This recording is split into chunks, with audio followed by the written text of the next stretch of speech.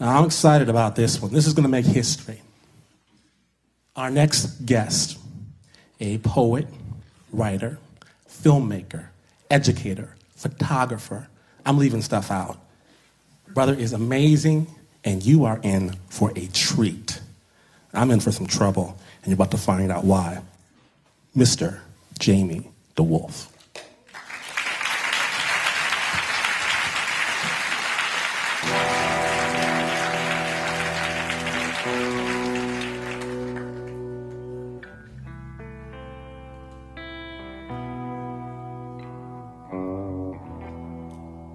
Every family has their black sheep. On my mother's side, our black sheep was a shepherd who enslaved his own flock. The king of the Khans, a man who made himself a messiah, even though he never called himself a god. Even tonight, his words are written in steel and titanium capsules in a nuclear-reinforced bunker miles underground, so if our whole species goes extinct, his words will still survive. He was a subject we never talked about at the kids' table at family reunions, but he was my great-grandfather, L. Ron Hubbard. Lafayette Ron Hubbard. He was born a storyteller, a science fiction writer, a golden-tongued grifter who could write a book in any genre while the publisher waited downstairs in the hotel lobby. Just another name on dime store pulp mags, paid only a penny a page until 1949 when he said, "You want to know how you really get rich?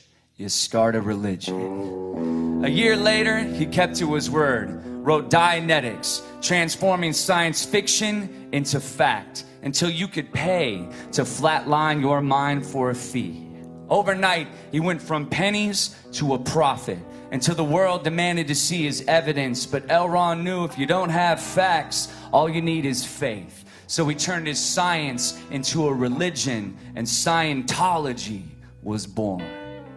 A few years later, his son arrived, a baby who had survived an early abortion attempt, born premature at 2 pounds, 2 ounces, abandoned by his father as he sought fame and fortune. Now he emerged to take his parts of the new family business. He was my grandfather, L. Ron Hubbard Jr.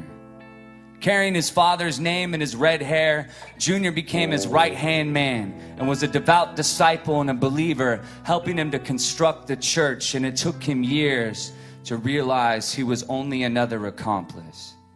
Trained in the arts of electrified hypnotism, blackmail, and beatdowns, he learned to hide his crimes behind his charisma. And it took him a decade to see the holes behind the holy, the man behind the myth, his father. Stuffing thousands of dollars in a shoebox he kept secret underneath the bed, his father.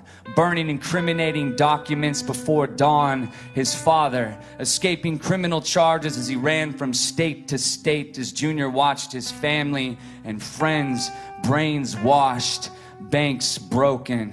Sickened by what he had seen behind the curtain, in 1959, Junior left.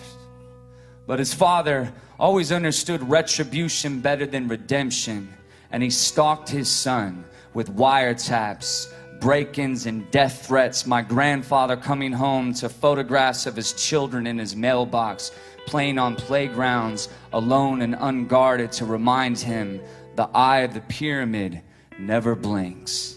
While every one of my aunts and uncles were taught how to use a gun, the son forced to live like his dad, permanently on the run until he changed his last name from Hubbard to DeWolf.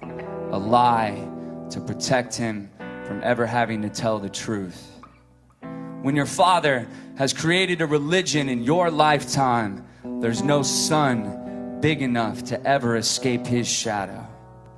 But there's a thin line between prophecy and psychosis, and the barefaced Messiah ran from countries and criminal charges, an international outlaw on a ship, escaping extradition, his sanity slipping as he started confusing his past from his fiction, until one day he vanished before a courtroom or a jail cell could ever make him real again.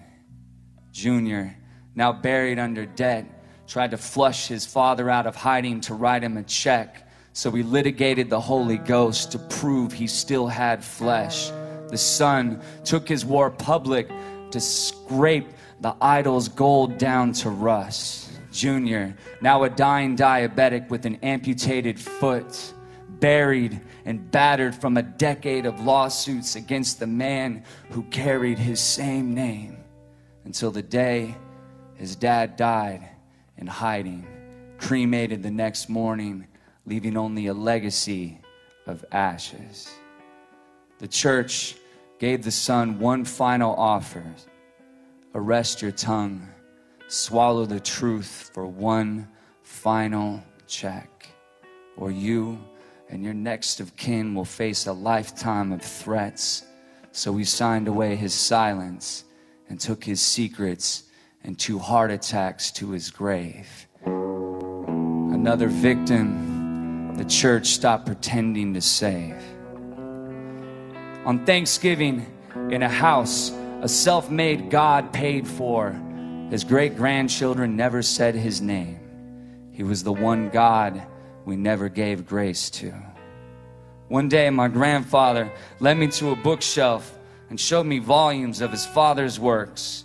And he said, "Your mom says you want to be a writer. Well, don't believe everything you read, but believe everything you say." I never met the man who gave me my red hair, the manic depression still twisted in the strains of my DNA, and the first time I saw a psychiatrist, when he asked me if mental illness runs in my family. All I could say was yes. Yes, it does. When I told him my great-grandfather was a cult leader that enslaved the minds of millions, he accused me of having delusions of grandeur. What can I say? It runs in my veins.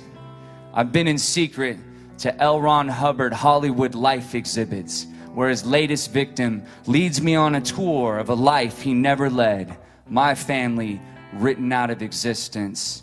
And this disciple will never know the legacy of lies that I still carry in my last name. DeWolf, a cover story to protect us from my great-grandfather's true children, the army of empty, who greet me in train stations with an e-meter and a personality test, and they ask me if I've ever heard of L. Ron Hubbard. And I want to ask them, which one? The Son or the Father? The God or the man?